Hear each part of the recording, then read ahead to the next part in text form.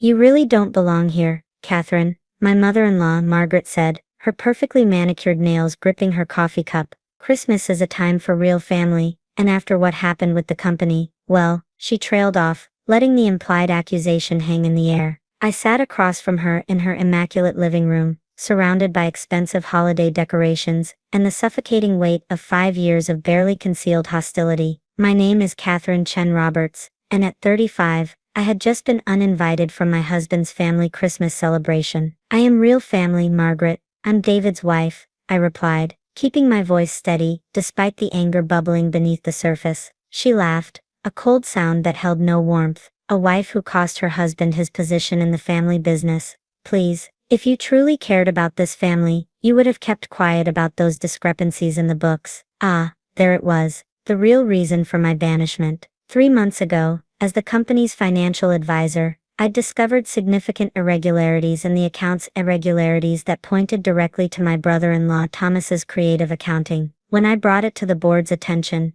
the family had closed ranks around him, forcing David to resign instead. Those discrepancies were fraud, Margaret, and you know it. Thomas was embezzling company funds. He was protecting the family's interests, she snapped. Something you clearly don't understand. David was supposed to keep you in line, but he's always been weak when it comes to you. I stood up, smoothing my skirt. Is that what you told him, that he's weak for supporting his wife's integrity? I told him the truth, that he chose an outsider over his own blood, and now, you're both paying the price. She set down her cup with a decisive clink. The family Christmas celebration is at 6 p.m. on Christmas Eve. Don't come, I've already told David he can attend alone. As I drove home, my hands gripped the steering wheel until my knuckles turned white. David and I had built a life together, weathering his family's disapproval of his choice to marry someone who wasn't from their social circle. I'd worked my way up in their company, earning my position through merit rather than nepotism. And now, because I refused to be complicit in fraud,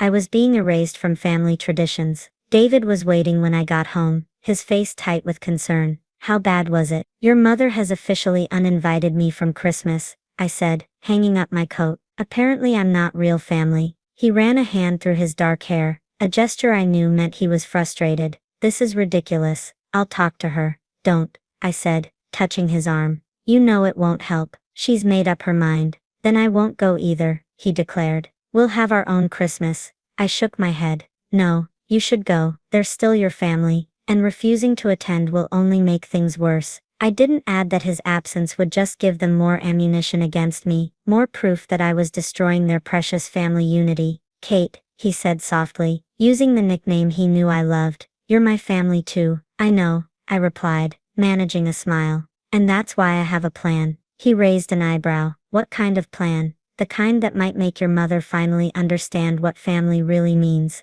I walked to our home office, pulling out a box of old documents I'd been saving. Remember when I first started at the company, when your father was still alive? David nodded, following me. Dad always said you reminded him of himself, someone who worked their way up through determination rather than connections. Well, I said, opening the box, he left me something before he died, something I've been saving for the right moment. Inside was a letter, slightly yellowed with age, and a small wrapped package with strict instructions written on top, to be opened on Christmas 2025. William Roberts. David's eyes widened. Dad left you something. Why didn't you tell me? He made me promise to wait, said timing was everything. I held up the letter. And now, I think I understand why. As I explained my plan to David, I saw the worry in his eyes slowly transform into understanding, then determination. His father had always been different from the rest of the family, a self-made man who valued integrity over appearances. Maybe, just maybe, his final gift would help them remember what he had tried to teach them. Are you sure about this? David asked when I finished explaining. I nodded. Your father knew his family better than anyone. He must have had a reason for arranging things this way. What we didn't know then, was just how profound that reason would turn out to be, or how one small package would shake the Roberts family to its core. The week before Christmas was tense. Margaret had apparently spread the word about my banishment, because the usual holiday cards and party invitations from David's siblings and cousins stopped arriving. Only Thomas's wife Jessica, who had always been kind to me, sent an apologetic text. I'm sorry about all this. I tried to talk to them, but you know how they get. I did know. The Roberts family closed ranks around their own right or wrong. It was what had allowed Thomas's fraud to go unchecked for so long, and what had made my position as a whistleblower unforgivable. David came home one evening, looking particularly exhausted. Thomas cornered me at work today, he said, loosening his tie. Tried to convince me to sign a statement saying you misunderstood the accounting discrepancies. And I asked, though I already knew the answer. I told him to stick his statement where the sun doesn't shine. He pulled me close. I don't care what they say, you did the right thing. On December 23rd, I put the final phase of my plan into motion. David's father's package sat on our kitchen counter as I carefully wrote out cards to accompany it. William Roberts had been clever in his instructions, knowing exactly when this revelation would be most needed. The courier will deliver it tomorrow morning, I told David, just in time for their Christmas Eve gathering. He picked up the package, turning it over in his hands. I still can't believe Dad did this. He always said he had a way of seeing around corners. He saw this coming, I said softly. He knew eventually the family would face a choice between appearances and integrity. That evening, Margaret called David. I could hear her sharp tone through the phone as she reminded him about the family dinner. And please, don't make a scene about Catherine's absence. Everyone agrees it's for the best. After he hung up, David looked at me worriedly. Maybe I should tell them about Dad's package, prepare them somehow. I shook my head. Your father was specific about how this should happen. We need to trust him. Christmas Eve morning dawned bright and cold. I watched from our window as the courier delivered the package to the Roberts family mansion. David had already left for the family gathering, leaving me with a tight hug and a promise to call if things got too uncomfortable. Around noon, my phone started buzzing with messages from various family members. What is this? Thomas, how dare you? Margaret, what's going on? Jessica. I didn't respond to any of them. William's instructions had been clear. Let them open it together at the traditional Christmas Eve dinner. David called at 4 p.m. Mom's trying to cancel Christmas dinner, he said, sounding both amused and stressed. She's convinced the package is some kind of revenge plot. Tell her to read her father-in-law's letter again, I replied. The one that came with the package. The next call came from Jessica. Catherine, she whispered, Thomas is losing it. He saw the date on the package, and realized it's from William. He's terrified. Good, I thought, though I kept that to myself. By 6 p.m., I knew they would all be gathered in the Roberts family dining room, the mysterious package sitting under their elaborate Christmas tree. William's letter would have made it clear. The package must be opened at dinner, with everyone present. David texted me updates. Mom's barely touching her food. Thomas keeps staring at the package like it might explode. Even the cousins are quiet. At 7 p.m., the time William had specified in his letter, my phone rang. It was Margaret, her voice shaking. You knew about this all along, she demanded. All these years. William asked me to wait, I replied calmly. He said there would come a time when the family would need to remember what really matters. There was a long pause, filled with the muffled sounds of chaos in the background. We're opening it now, she said, finally. David says you should be here for this. I smiled, grabbing my coat. I'll be there in 15 minutes. As I drove to the Roberts mansion, I thought about William Roberts, the man who had built his company from nothing, who had recognized in me a kindred spirit, and who had somehow known his family would one day need this reminder of what true integrity meant. What waited in that package would change everything, not just for me and David, but for the entire Roberts family. William's final gift was about to teach them all a lesson about what family really means, and it was far more powerful than any of us could have imagined. When I arrived at the Roberts mansion, the usual pristine order had dissolved into chaos. The family was gathered in the living room, the unopened package, sitting on the coffee table like a live bomb. David immediately came to my side, taking my hand. No one's touched it yet, he whispered. They've been waiting for you. Margaret stood up, her usual composure cracking. Since this apparently involves you,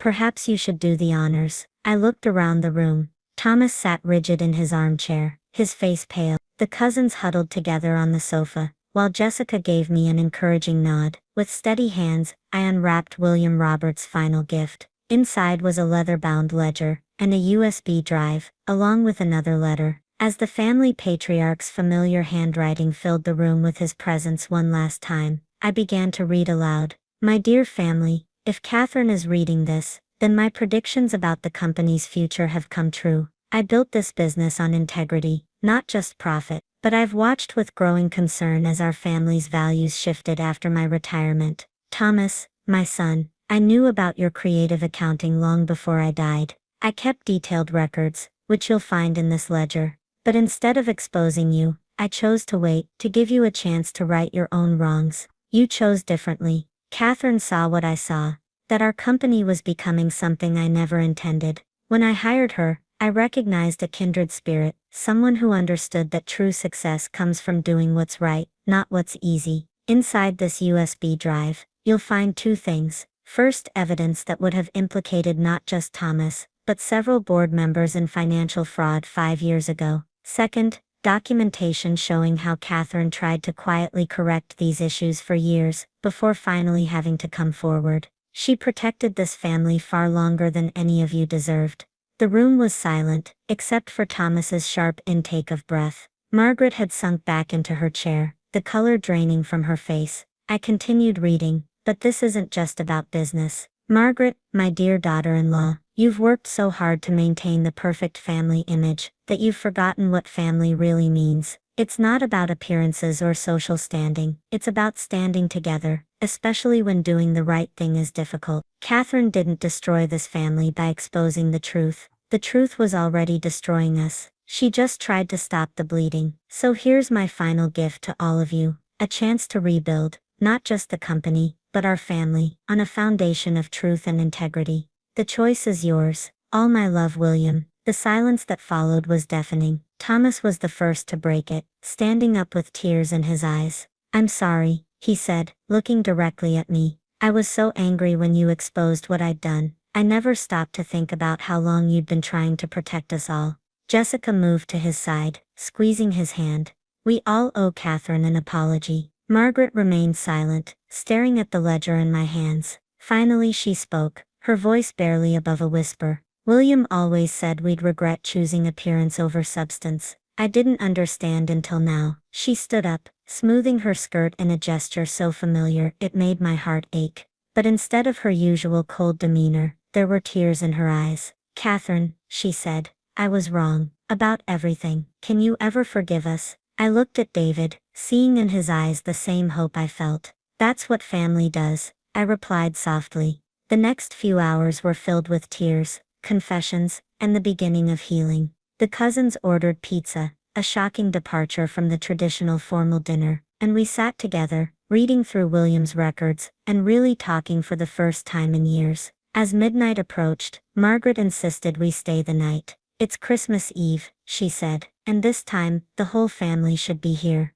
Later, as David and I lay in his old bedroom, he asked, Did you know what was in the package all along? No, I admitted. I just knew your father wanted us to trust him. He saw what this family could be, if we were brave enough to choose truth over appearances. The next morning, Christmas dawned bright and clear. Under the tree, amid the expensive presents, sat William's old ledger, a reminder of the most valuable gift we'd received, the chance to be a real family again. Margaret insisted on taking a family photo. But this time, instead of the usual posed perfection, it was a candid shot of all of us in our pajamas, laughing and real. This one's going on the wall, she declared. No filters needed. Sometimes the best gifts can't be wrapped, and the truest family bonds are forged not in perfect moments, but in the messy, honest ones, where we choose love over appearances, and truth over comfort. William Roberts had known that all along.